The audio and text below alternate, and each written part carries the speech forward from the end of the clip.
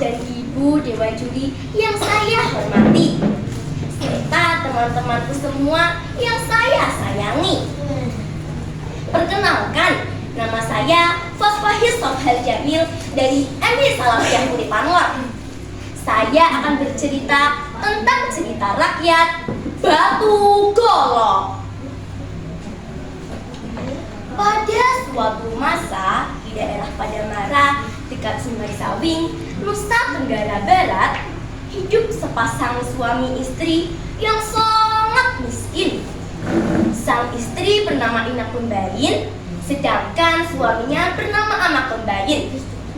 Setiap hari mereka harus pergi ke rumah-rumah penduduk yang juga bekerja sebagai petani untuk mencari pekerjaan.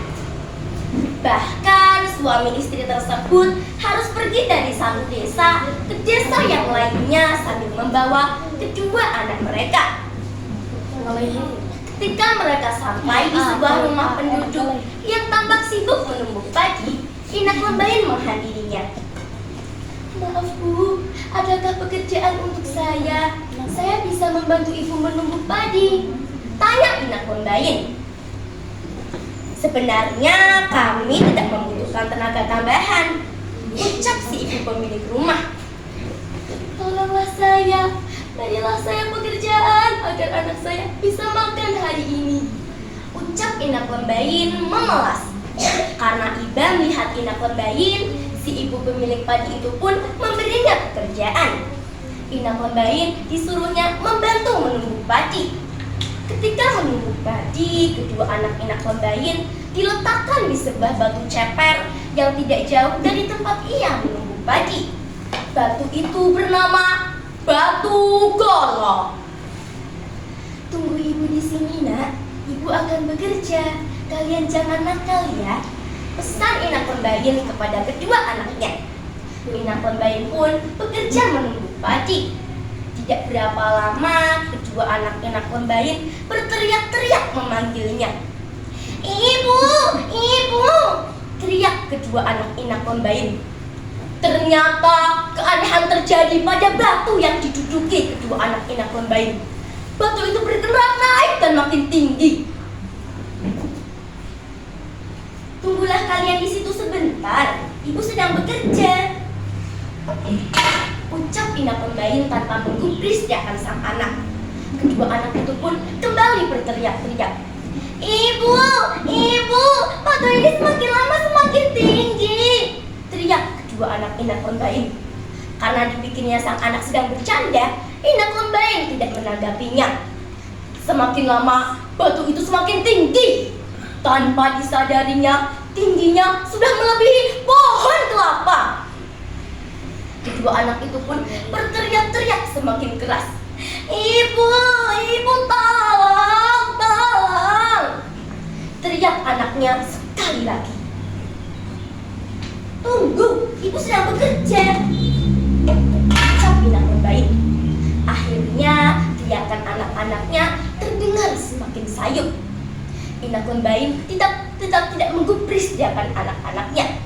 Karena semakin lama suara mereka semakin tak terdengar. Ia berpikir bahwa sang anak tentulah sudah lelap tertidur. Ia sama sekali tak menyadari kalau batu golok yang semakin tinggi itu kini telah sampai menembus awan. Ketika ia melihat ke arah anaknya ditinggalkan tadi, ia tak menemukan mereka lagi. Betapa terkejutnya ia ketika menyadari bahwa anak-anaknya telah terbawa batu golok di ketinggian hingga hampir tak terlihat lagi. Ina Kumbain sangat bingung untuk menyelamatkan kedua anaknya. Ia menangis dan memohon kepada Dewata untuk bisa mengambil kedua anaknya yang dibawa naik batu golok hingga sampai ke atas awan. Doa Ina Kumbain pun terkabul. Ia diberi kekuatan gaib oleh Dewata. Dengan sabuknya, ia dapat memegang batu golok cukup dengan sekali tebasan saja. Batu golok itu pun terpenggal menjadi 3 bagian. Bagian pertama jatuh di suatu tempat yang menyebabkan tanah bergetar. Tempat itu menjadi sebuah desa yang kemudian berubah nama menjadi Desa Gembong. Bagian kedua batu golok tersebut jatuh di suatu tempat yang kemudian diberi nama Dasan Batu. Nama ini diberikan karena ada seseorang yang melihat batu tersebut jatuh. Sedangkan bagian ketiga batu golok tersebut jatuh di suatu tempat yang kemudian diberi nama Montong Teker. Nama ini diberikan karena bagian terakhir dari batu golok tersebut menimbulkan suara gemuruh. Meskipun batu golok sudah terpecah menjadi 3 bagian, Inak Lembain tetap tidak bisa mendapatkan anak-anaknya lagi. Anak-anaknya tidak jatuh ke bumi, melainkan berubah menjadi 2 ekor burung.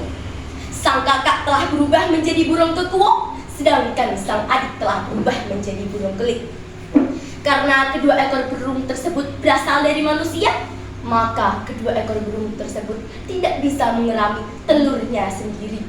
Inak Lembain begitu menyesal karena terlalu sibuk bekerja dan tidak memperhatikan teriakan anak-anaknya. Nah teman-teman, hikmah dari cerita tersebut adalah janganlah sekali-kali mengabaikan orang yang membutuhkan pertolongan. Demikian yang dapat saya sampaikan, kurang lebihnya mohon maaf.